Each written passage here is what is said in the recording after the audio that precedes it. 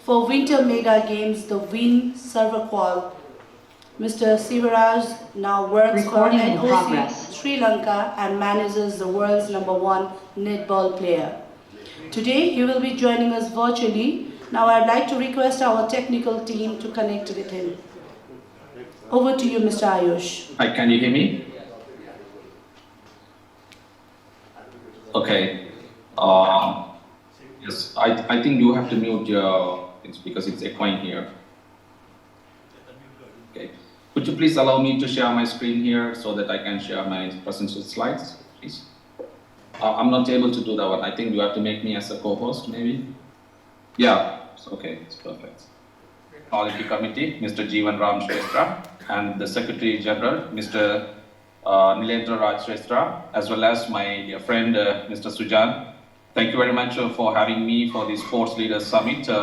I could not be able to go there because the thing is I'm committed to do a project with an international expert. So today is actually my vacation. I'm on the holiday right now. So in the middle of the journey, I'm just talking. It's like I'm luckily like I could be able to get a good connection. So hopefully like without any trouble, you can hear me properly, I guess. So otherwise I can switch off my video so that you can hear me more properly. I think it's all good.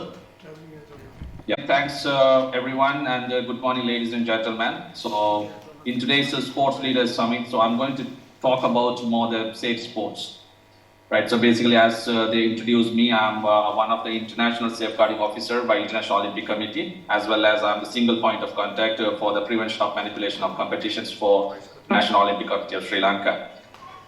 So as you know that in the world, when we all are playing, practicing sports, there are a lot of issues are coming towards us, like the doping, competition manipulations, corruption is happening, sexual harassment is happening, abuse is happening. It all leads to the mental health. You know, end of the day, athletes are our primary roles. They are the people that playing the major role in sports. Without athletes, we can't be here. So therefore, it is our responsibility. If you look at the Olympic Charter, there are 3 keywords: develop, promote, and protect. So in that case, like when there are so many issues are coming up like this, it is our responsibility that we have to protect our own athletes.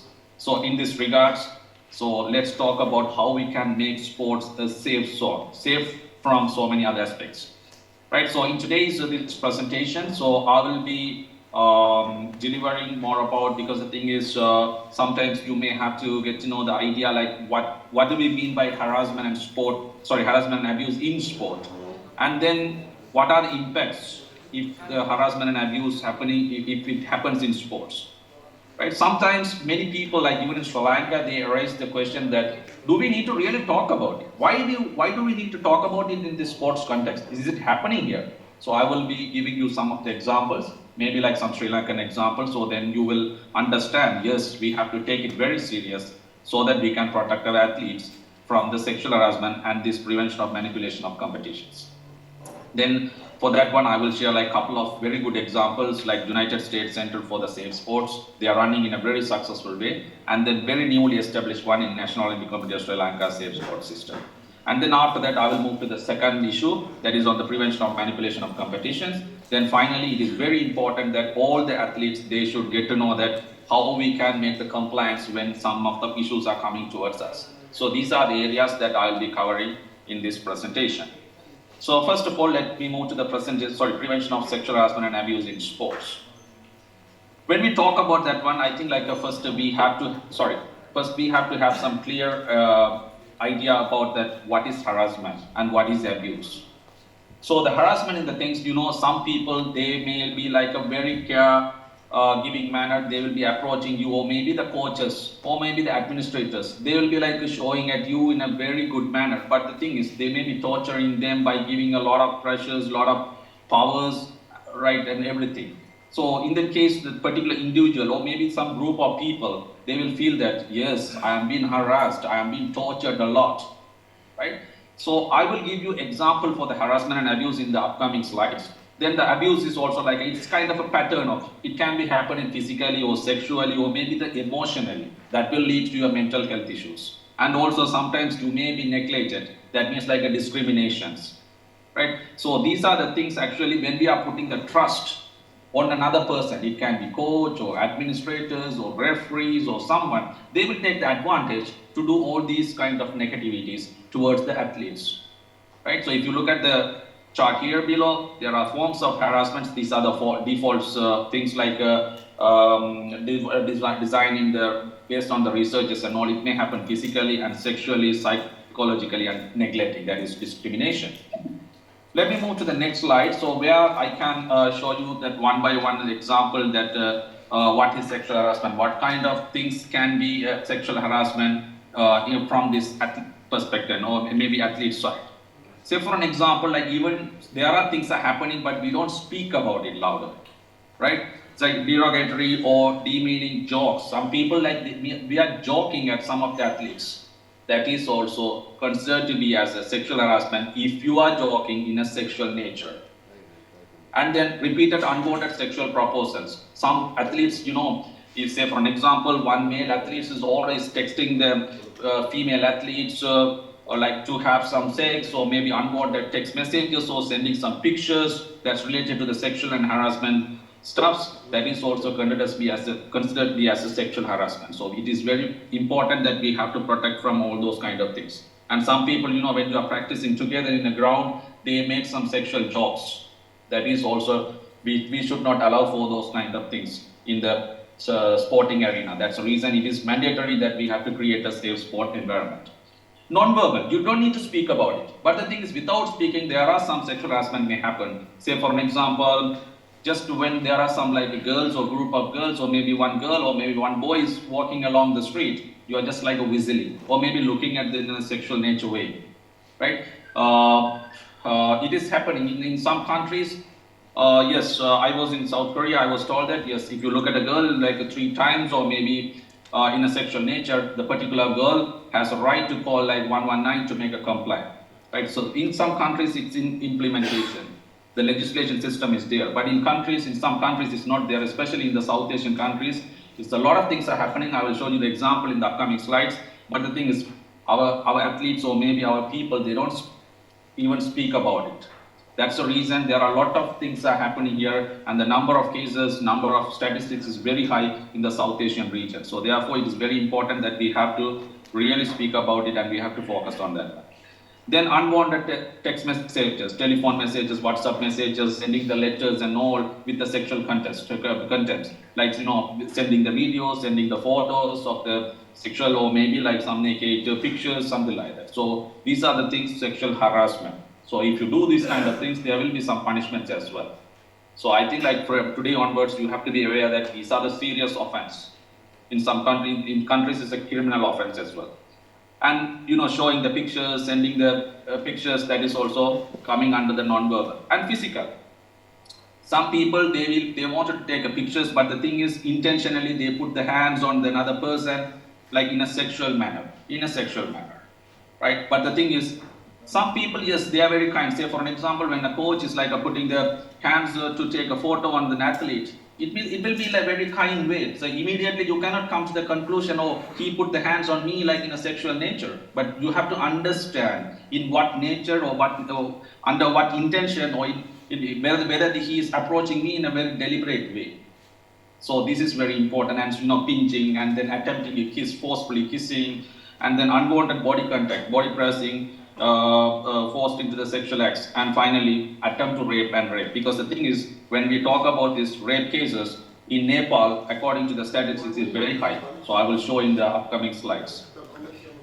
Physical abuse, excessive exercise, right? The coaches, they always wanted to produce the results immediately. So what do? They put a lot of training to the athletes. They push them, they push harder. But the thing is, there is a buffer level always to grab, or maybe there is a buffer level, right, for the training. But immediate effects, some athletes, they always expect that one. That is also considered to be as a physical abuse. Like say for an example, one of the leading athletes from Sri Lanka, she won the medal in the Youth Olympic Games. She dropped out at a very young age. That's because of the excessive exercise, too much of exercise, and she got injured, right? So these are the things we have to be very careful when we are talking, or maybe when we are coaching the athletes. and then some athletes, maybe coaches, they will be very angry and they hit them and slap them, hit with an objective. Say for an example, I don't know, in Sri Lanka it was there before, when we were school children, some teachers, they throw the dusters, they throw the chalks, all right? So those are the things are like a physical abuses, right? Being choked or strangled and object throw at you and being shaken, being restrained forcefully. Sometimes they hit them out of the team as well, right? If it is going in a very high nature, right? And neglect or maybe discriminations, unequal treatment, right? Sometimes some administrators, they are showing the favorism towards the players. So in that case, they wanted to purposefully discriminate some of the athletes, like they don't treat them equally, right? That's a favorism. Then training while injured. Some athletes are trained, even I could be able to see in Sri Lankan context. I saw in one in competition, the wrestling competition, one athlete is fully injured. He can't even stand. But the thing is, coach is pushing him to fight, wrestle. No, that is also kind of, he is neglecting his injury. He does not care about the injuries. And when the athlete is very much exhausted, but they are training again and again. That is very important point. And then after that, sacrifice, education, career ignored. Some people, some coaches, they say that no, athletes, for us, medal is important, right? So you don't need to go to the higher studies. Now you focus on your athlete career, right? So we have to taking care of their education and their career as well. That is very important when you are coming in the coaching or administrative sector. You have to protect our athletes by providing the dual career. Not only athletes, but also we have to provide some education or maybe other vocational trainings, etc. And train in unsafe conditions. I think it is most of in our country and your country also maybe in practice, when some athletes are practicing in the track or maybe the gymnastic or maybe some playing with the equipments, or maybe I could see in Sri Lanka, many athletes, they are running on the ground with damaged shoes, right? So that is unsafe conditions. Even some athletes, they are practicing in the gyms. There is no proper mattress. Even the high jump athletes, they are falling down on the floors, right? So these are the things also considered as to be as a abuse or maybe harassment of the athletes. Then inadequate support of basic needs. Athletes must be given or maybe fulfill their basic needs and try new skills before ready. Say for an example, before they get ready for the new practices, they have to try for the new skills. That is how the coach must train them. And left alone without care. Some coaches or some athletes, even the group of athletes, if they want to discriminate one person, they nicely ignore, and when they are going for after the match, maybe shop or somewhere, they just don't inform and neglect from the team.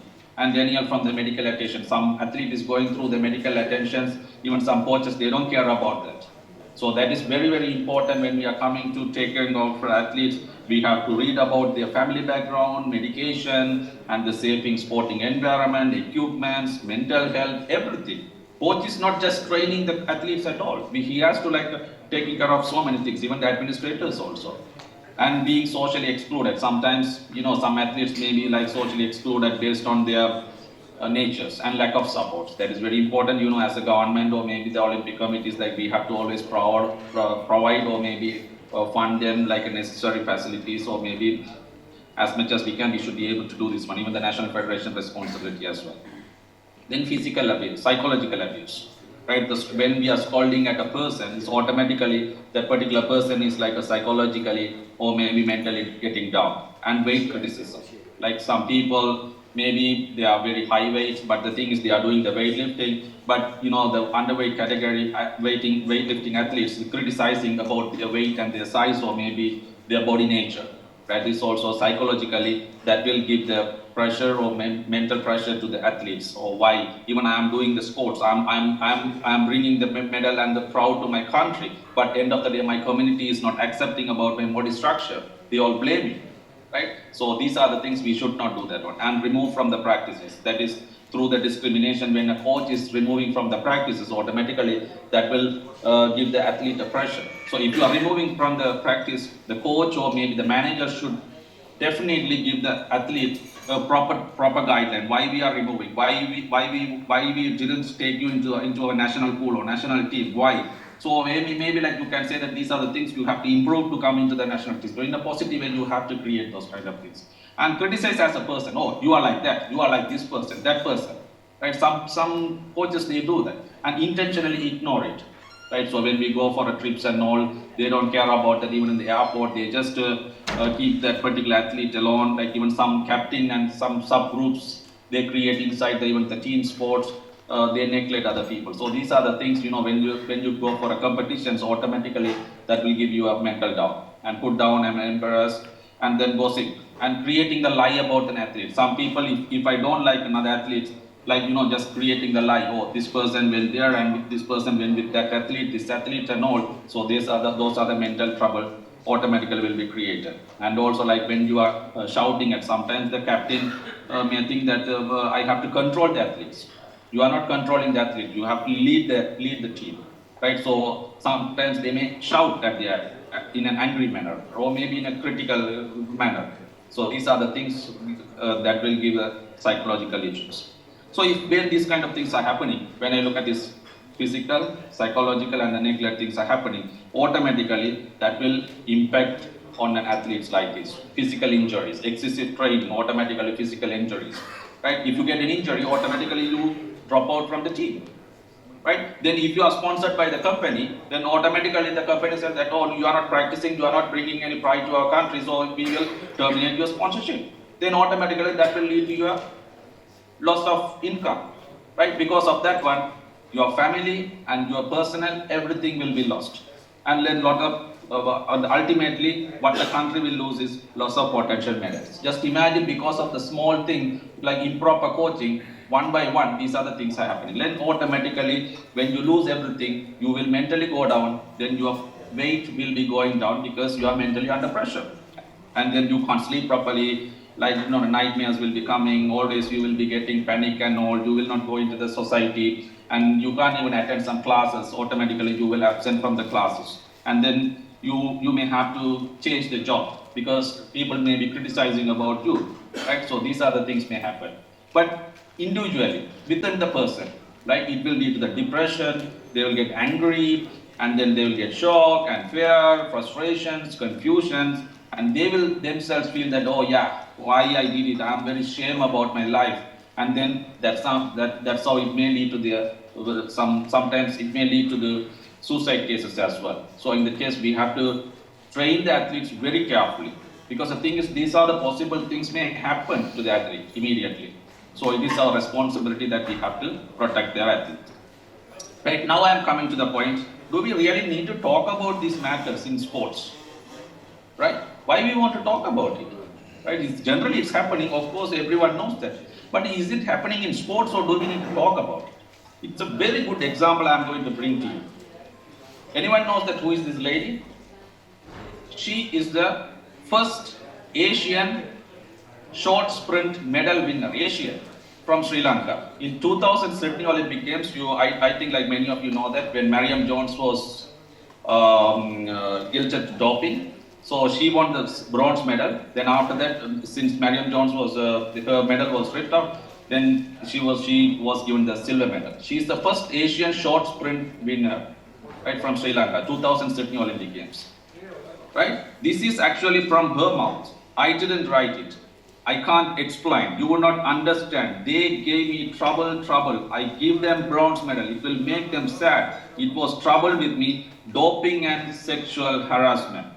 Some people, they purposefully, created on you are a dope athlete. You did the sexual harassment and abuse. This was said by Susantika Chelsea. And you can see that one of the senior government minister, he said, you are a black American youth. She was criticized as a one person. Right? She was tortured a lot. Actually, just imagine, she started to speak all these kind of things after she won the medal. Just imagine before she won the medal, how would it be treated?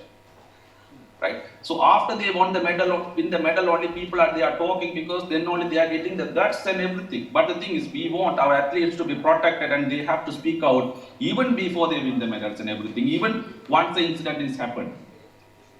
Right? So just imagine if this is happening to the top level athlete in Sri Lanka, or maybe in South Asia, or maybe in Asia, how many other junior or maybe the grassroots level athletes are facing a lot of problems?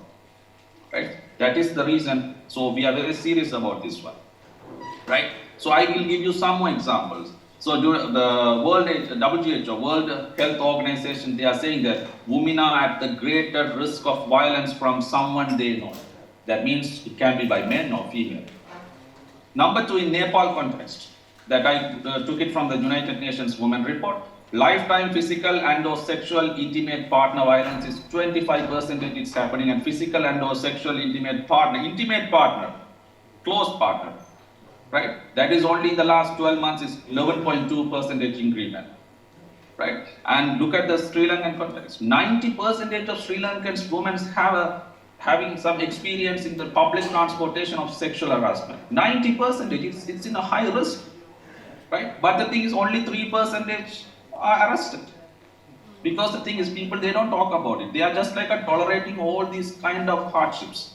In Nepal context, very recent one, 2,300 rape cases only in 2022. It's from NDT, right? But the thing is, there are so many unreported cases.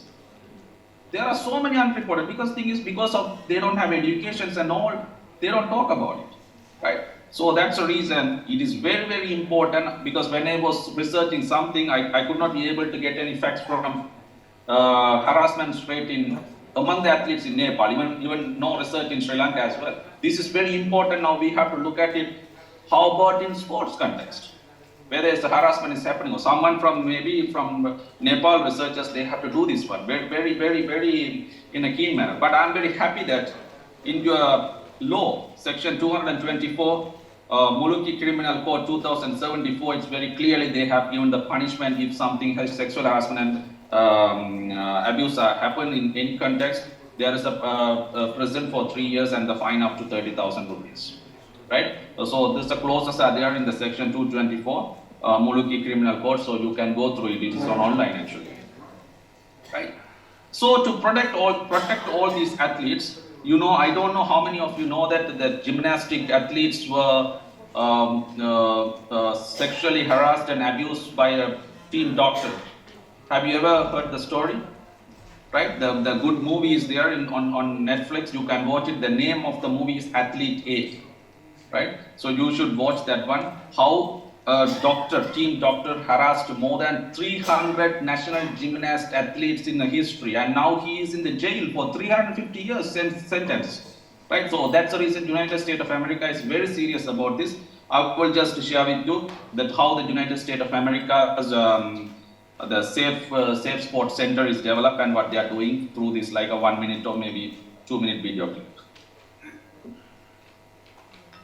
Everyone loves a champion.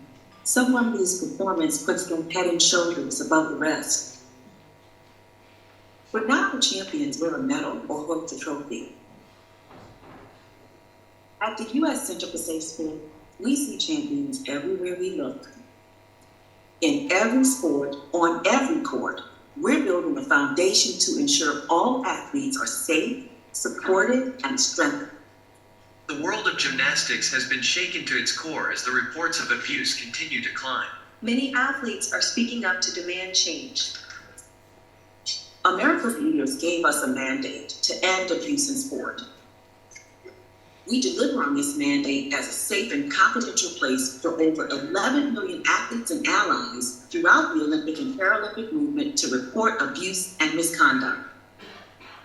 Our team of experts investigates and resolves reports fairly. We set policies and practices that provide the basis for athlete safety in more than 50 sports. And we have a centralized disciplinary database you can check to see if your coach is suspended or has their eligibility restricted.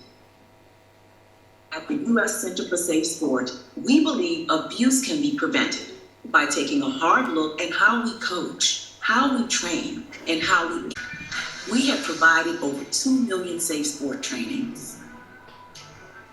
At the U.S. Center for Safe Sport, ending abuse is not just our job, it's our promise.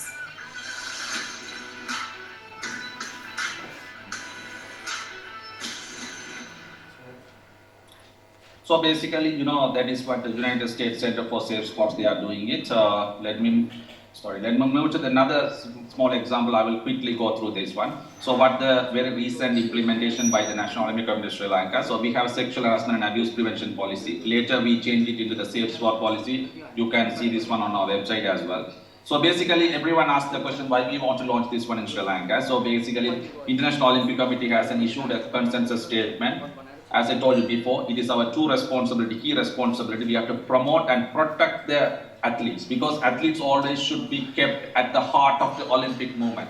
So therefore, we are very keen about it and we want to protect that one. And also, of course, this is athletes' rights and they have to enjoy the sports in a supportive and safe sporting environment. So therefore, we have to create this one. If we create all these kind of things, automatically, we can optimize the sporting performances. Ultimately, that will bring a glory to our country. Right? It can be Sri Lanka or Nepal or America or any countries, right? So it will bring the glory to the country. Then safe sports policy, as I told you before, the purpose of this one is to like a safe sporting environment and it should be athlete-centered one. That does not mean that it is not covering the administrators or any other people, but yes, it is covering everyone. But the thing is, it should be very much athlete-centered one because athletes are the heart at the Olympic Games. And as I told you before, like it is applicable to all the safeguarding athletes and all the stakeholders and everything. That is what I have mentioned here. Safe sport policy, is it important? Yes, because the thing is we have to make sure their safety and also we have to take care of their mental health if something happens. And also we have to think about their long-term plan because the thing is athletes, they have a career, not only the sports, but also for their futures as well. So in that case, if you look at the banner, we always say that if, say for an example in cricket, if there are 11 players, we say no, it's 12 players in future. That means safety is also one of the player in the team. That means let safety be part of the team. Like it's not a person, but the safety, the concept will be into the team always. In this case, this is our website actually. We have our local mechanism in place, so it is in our 3 languages. So even if you go to the website, you can download the English medium, so you can find the policy documents, everything is there. Compliance mechanism is also there. We have our local, this is actually the procedures, so how you have to normally if someone complain here, so normally we acknowledge them, okay, and also we have to protect them and we have show the empathic attitude towards the particular person, okay, don't need to worry about it and we have to keep him in a safe way from the accused party. And then after that there's an interview process, then after that we will inquiry, then we will ask for the reasons and everything. Then finally the particular complaints committee will write the findings and recommendation. Based on that one, there is a disciplinary committee in National Olympic Committees, they make the disciplinary action. So this is the basic procedure, but it's all in the policy that if you want detail, then you can download and get it, or otherwise I will share with Sujan, then Sujan will share with you all.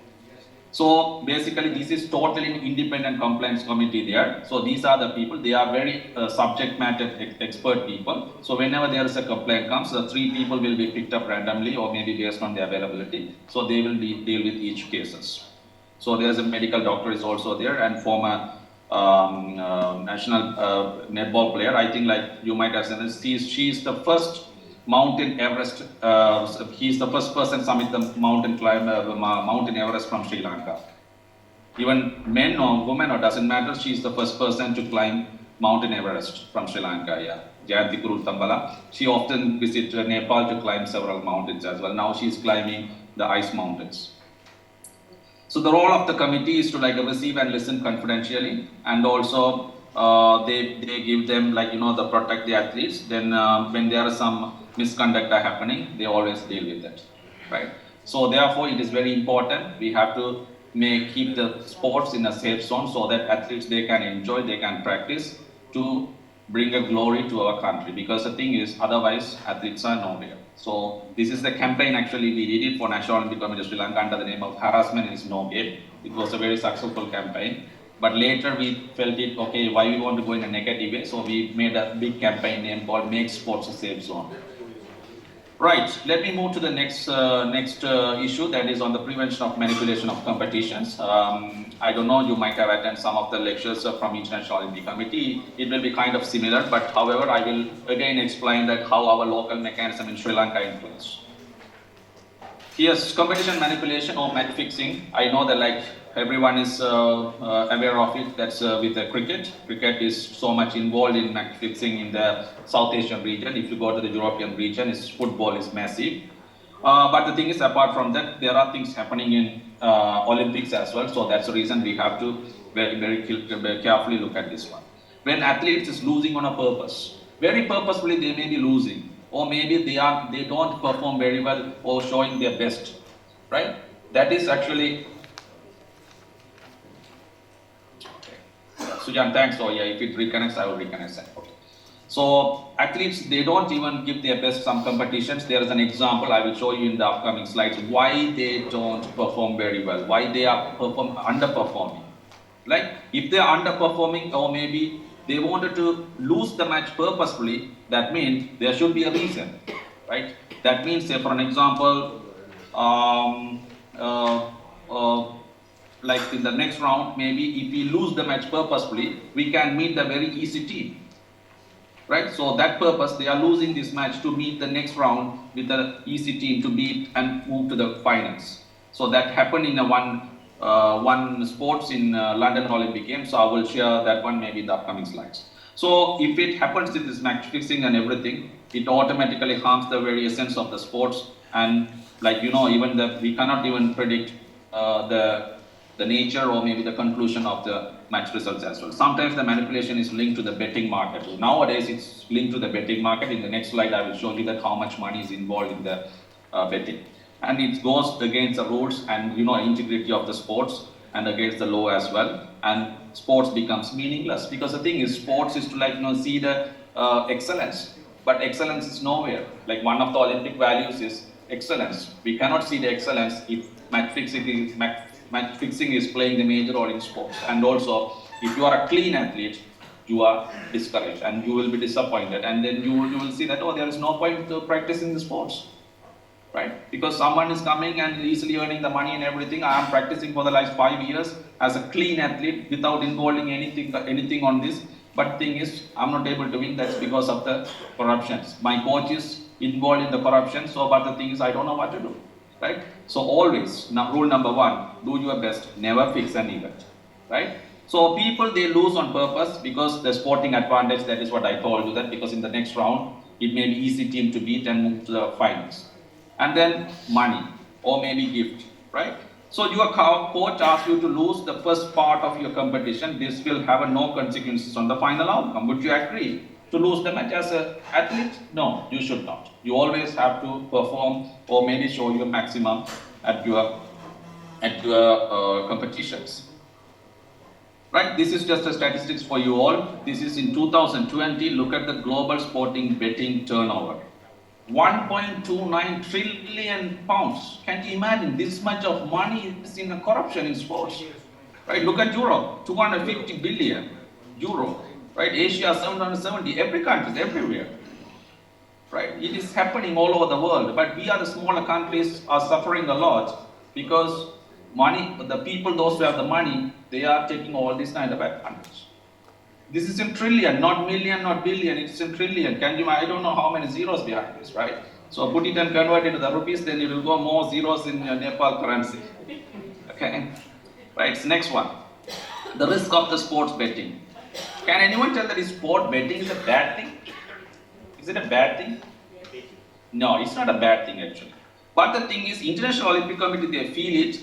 If we allow betting, it will change the sport nature and it will bring a lot of negativities. That's the reason, to prevent the risk, it is forbidden for athletes, coaches and officials to bet any Olympic competition. Olympic competitions meanings, it is not Olympic Games.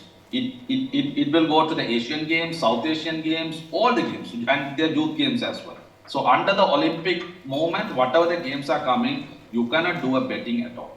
That's very clear, right? So don't bet on your sport on any other event at the Olympic Games. That is rule number 2, right? So there is a small video. I don't know, sometimes this Zoom is going to expire, so I will reconnect it again. Yeah? So is that okay? Because I think it shows less than a minute.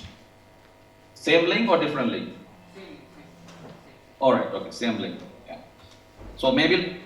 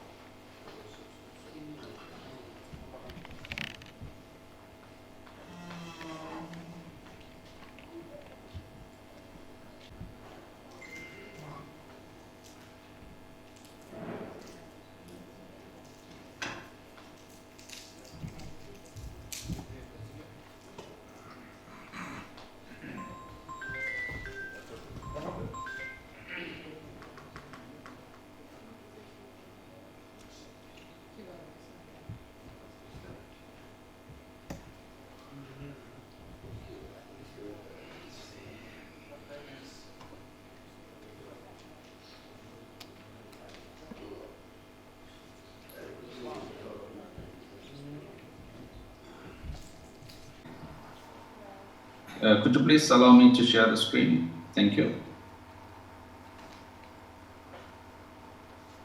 Thank you. Maybe this one. Yes. So rule number 2 is don't bet on your sport or any other event at the Olympic Games. There's a small video. Let's watch it together. The internet and globalization have led to the globalization of sports and sport betting. At any point in time, there are thousands of bets available. Bets can be placed on different sports, different events in those sports, or even placed live while the competition is taking place. As the betting market gets bigger, more global and more complex, so does betting-related competition manipulation. Imagine if athletes and officials were allowed to bet. How tempting would it be for them to alter how they perform? There is so much money involved that some malicious people even try to lure athletes, coaches and referees into competition. Okay, sorry, yeah, sometimes it's invisible because it's in my presentation. Sorry about it. So anyway, no worries about that one. So that is all about, like, betting is not allowed. Maybe I will show you another video, the last video, with all this kind of contents. No worries. Yes. Let me move to the next one. Right. Stay message, okay. So the risk of the sports of a betting, right? So what are the things that you have to avoid when you are as an athlete? Right? Inside information. What do you mean by inside information? Right? So sometimes you have a special tactics. You have some team plans to beat another team. Don't share those kind of information on your social media. Right? All right. Sorry. I will reshare it. Okay. Sorry. I'm sorry.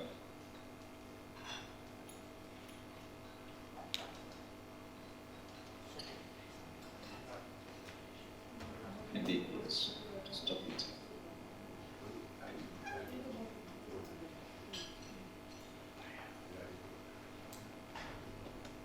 Is it visible now? Okay, thank you very much. Yes.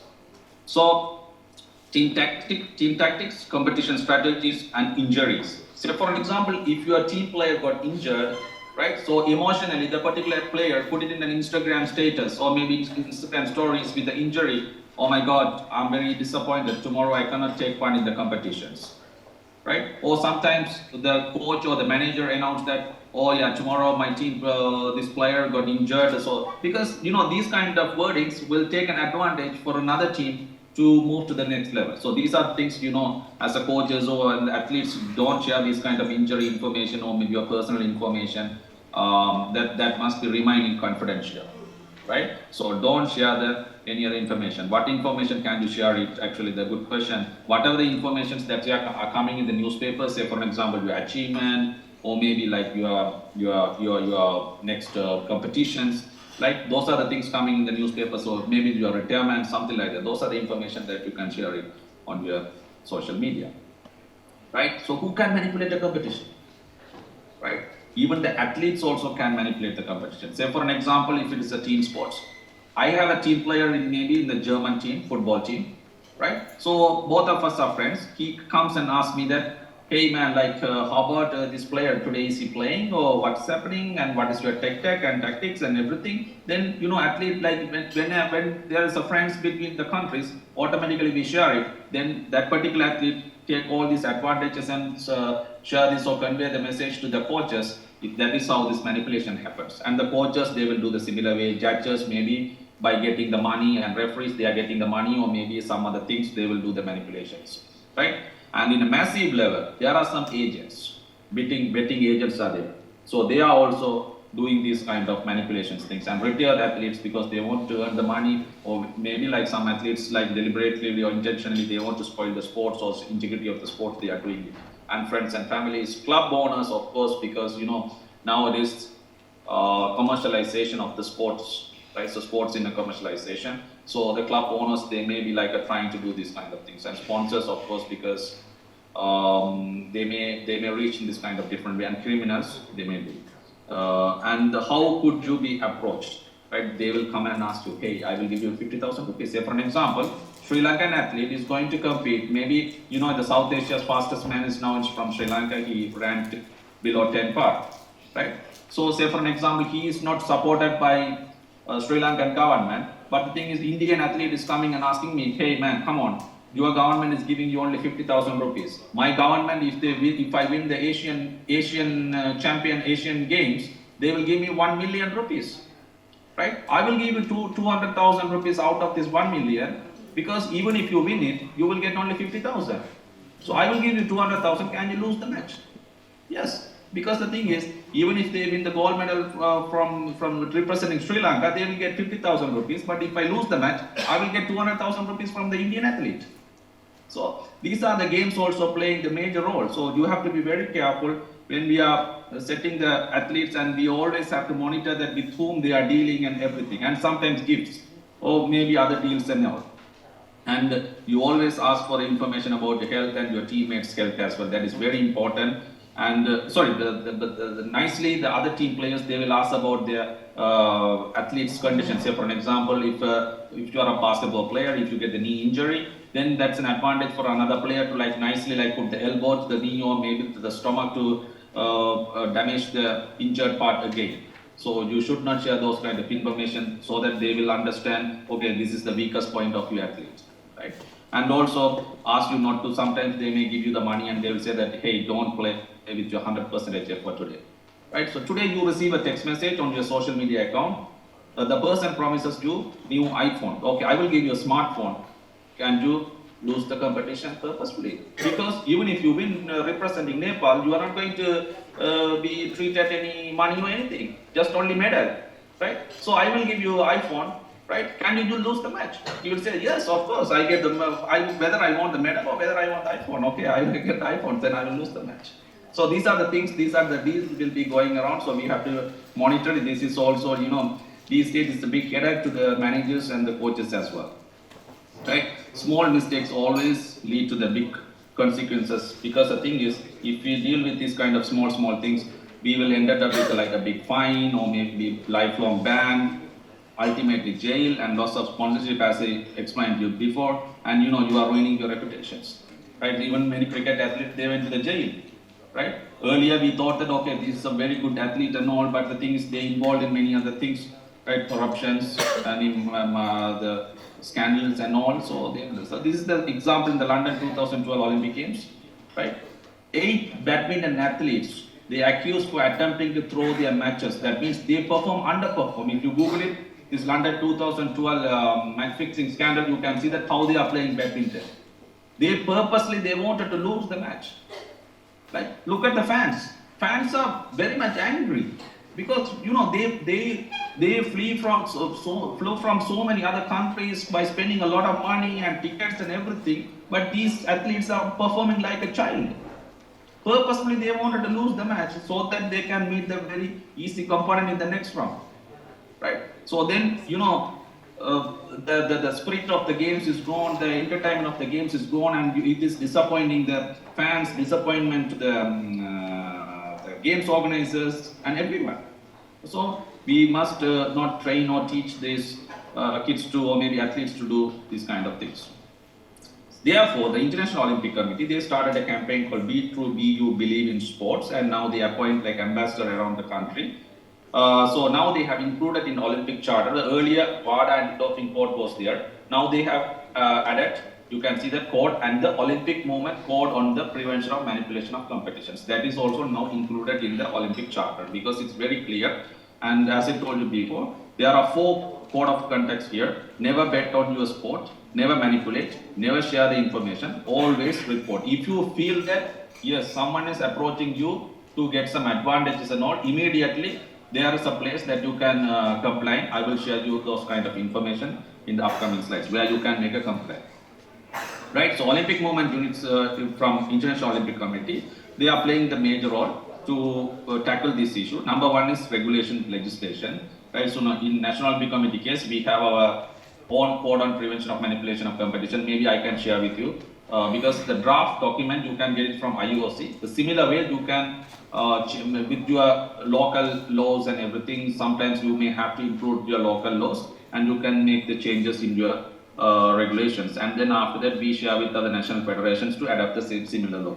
Then after that, you have to aware and educate. So that's why the International Olympic Committee appointing some ambassadors, like, prominent athlete from your country, to create an awareness about this prevention of manipulation of competitions. Then finally, there's a reporting system, and then through that one, they will, you can report if anything's happened, then they will investigate and monitor through the protocol. Like this is actually the small diagram, how the system works. Say for an example, in Sri Lanka, there's an incident happened. So there's a person in each National Olympic Committee. It's called SPOC, Single Point of Contact for the Prevention of Manipulation of Competition. Right? So in Sri Lankan context, I am here. So I am connected to the IOC unit and international federation. Say for an example, if there's a case in badminton, immediately I will inform the national federations, badminton, Sri Lanka badminton, and then immediately I will inform to the International Badminton Federation. If it is related to international deal or maybe Olympic related things, definitely I will inform to IOC. If it is, he did the manipulation with the maybe Nepal badminton team, definitely it will go immediate to the Interpol, because the thing is they are the people to chase them out and then find out who are the people behind the screen they work in. And also we have a local investigation unit in Sri Lanka under the Ministry of Sports. It's called Special Investigation Unit. So they will also investigate. So it's nice, since it's like, huge money's involvement, this involvement will multi-stakeholders, especially the Interpol involvement is huge now. Because, if it is small issue, it's okay, but now it's world level, it's going in a huge way. That's the reason Interpol is playing the massive role in this manipulation of competition. Finally, for both prevention of sexual harassment and abuse and this competition manipulation, on International Olympic Committee website, it is IOC's integrity and the compliance hotline is there. Like this is the website address, https://iocintegrityline.org. If you click here, you can get this form. Very simple, right? If it is whether it is related to the competition manipulation, you have to click the first button. If it is a harassment, then abuse in sports, the third one. Right? If you want to put your name and all the details, yes, in the next one, the personal details, you can put it. Otherwise, if you want to just inform them these are the things are happening in Nepal, you can just send it to them anonymously. Right? Then, if you have any evidence, if you have a picture or maybe some documentation or maybe newspaper article, you can upload as a file also. And then there are some questions: when was it happened? Where was it happened? Who are the people involved? What was happened? What are the things maybe happen? Or do you believe that this will happen again and again? Or maybe it is a huge risk to your country or something like that. Those are the small questions there. After that, you have to review, then submit the question. So submit the particular form to IOC. So automatically IOC will inform you. Right? So what are the things? But if it is anonymous, you will not receive anything because you are not going to share any information. Just for the information, if you want it, you can share with IOC. Right? A simple question I am asking. We all are excited towards the Asian Games.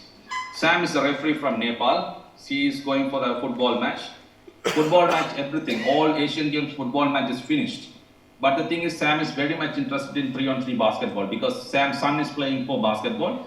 He wants to go and see the match. There is some people, they are betting outside. Right? Sam is also interested in betting. Can he go and do the betting? Can he do the betting or not? No. But his sport is football, not basketball. But he is interested in basketball. Can he do it or not? Basically, no. Very good. No, he can't do that one because this is Asian Games is also under the Olympic movement. So whether his sports or maybe other sports or no, under this Asian Games sports, he cannot do during that period and under the Asian sports concept. So finally, never bet, never manipulate, never share the inside information and always report. This is what International Olympic Committee always telling the message to you, everyone. So final video. Cheating in sport. Doping. Violent conduct. But what about losing on purpose to win money on a bet? Or to face an easier opponent in the next round? This is called competition manipulation, or match fixing. It kills the competition, the excitement, the drama. It kills the motivation for clean athletes and fans. It kills the spirit of sport. Disrespecting your team. Disrespecting your opponents. Disrespecting your fans. You can make a difference. Don't bet on your sport. Don't fix, always do your best. Don't share inside information and always report.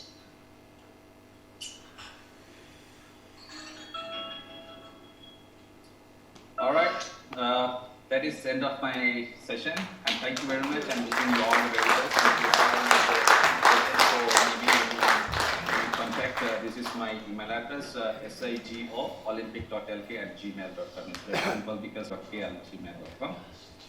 And as I told you before, this is the movie available on Netflix. You can watch it. Athlete A. The movie name is Athlete A, but there's a video is here, but I don't want to play the video because it's longer, and I don't want to waste your time as well. You can play it and all. So thank you very much. If you have any other questions, please, Sujan. Thank you, Mr. Sivarajah.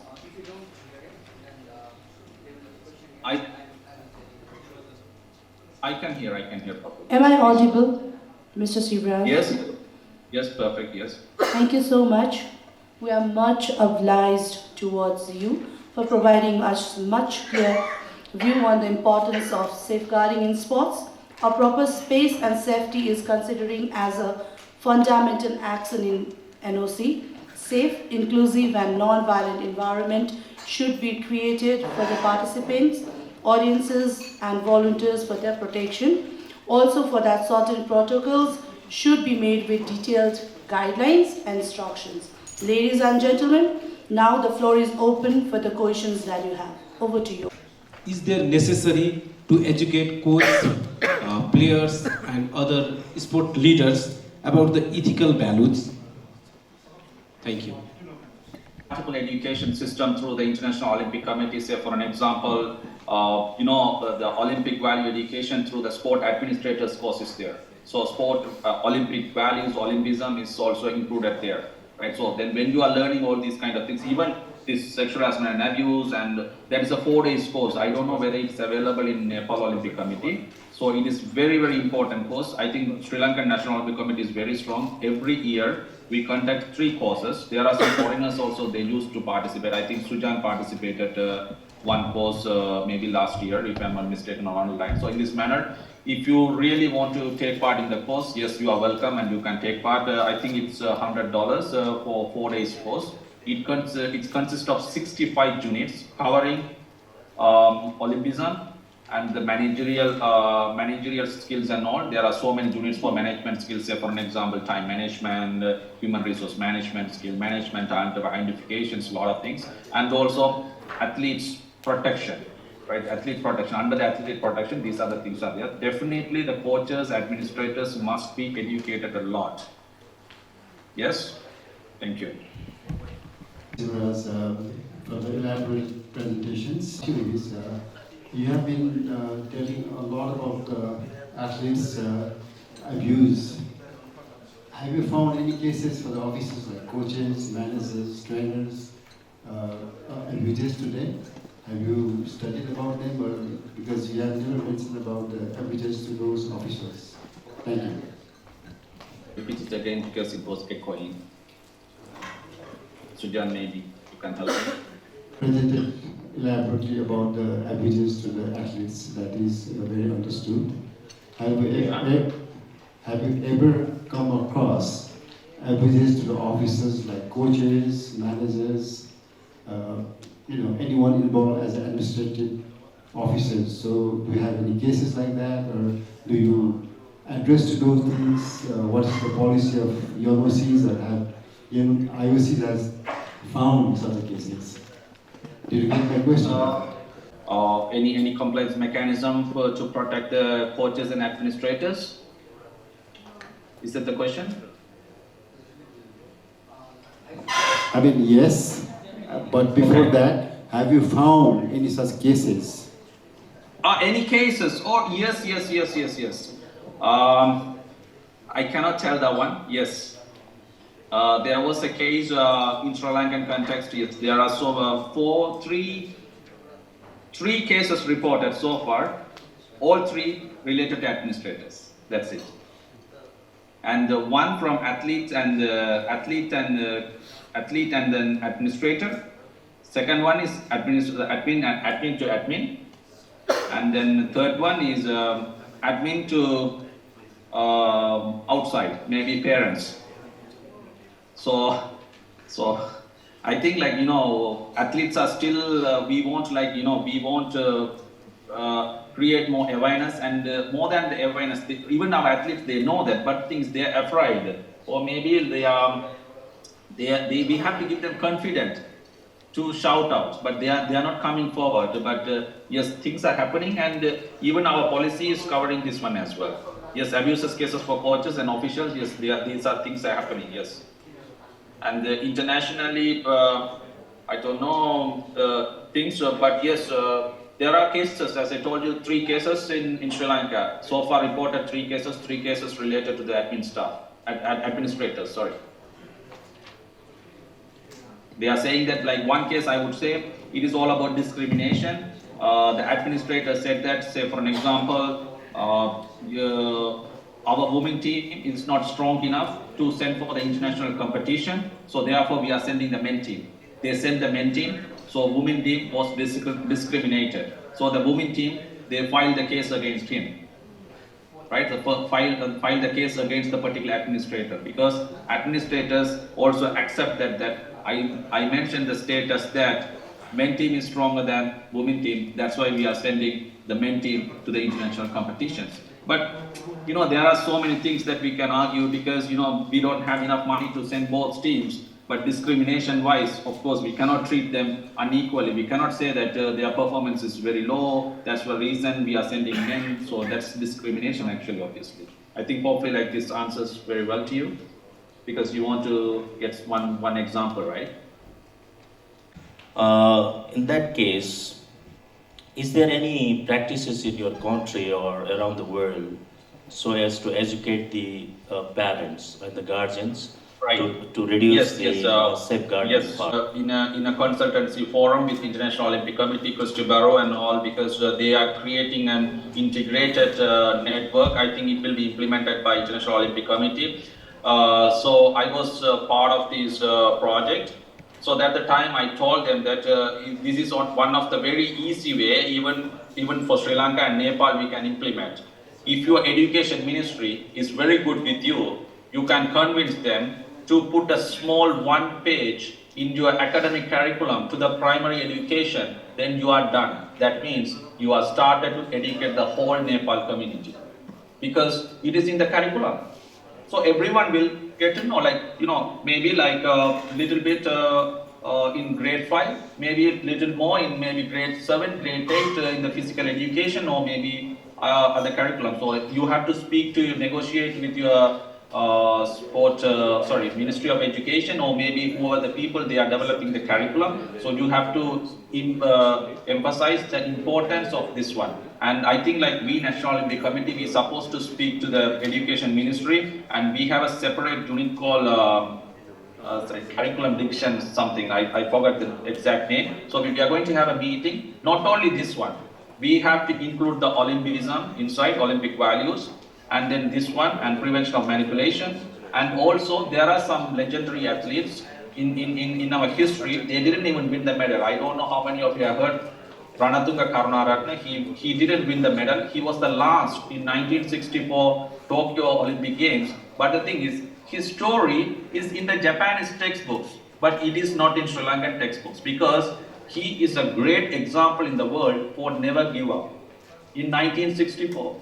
It is in the Japanese school kids book, because the thing is, they are inculcating the values, like by educating, come on, even if you are the last person, but you taught us never give up. He was running alone in 5,000 meters, 3 rounds he was running alone, because all other competitors, they finished the game. So he didn't give up. So it's a great example. The Japanese, they pick it up and they put it in the textbook, but Sri Lankan books it's not there. So that's the reason we have to inculcate those kind of primary education system by incorporating these kind of good things and new things. If you have implemented, you are done, and all Nepal community will be learning from the primary education. Simple work.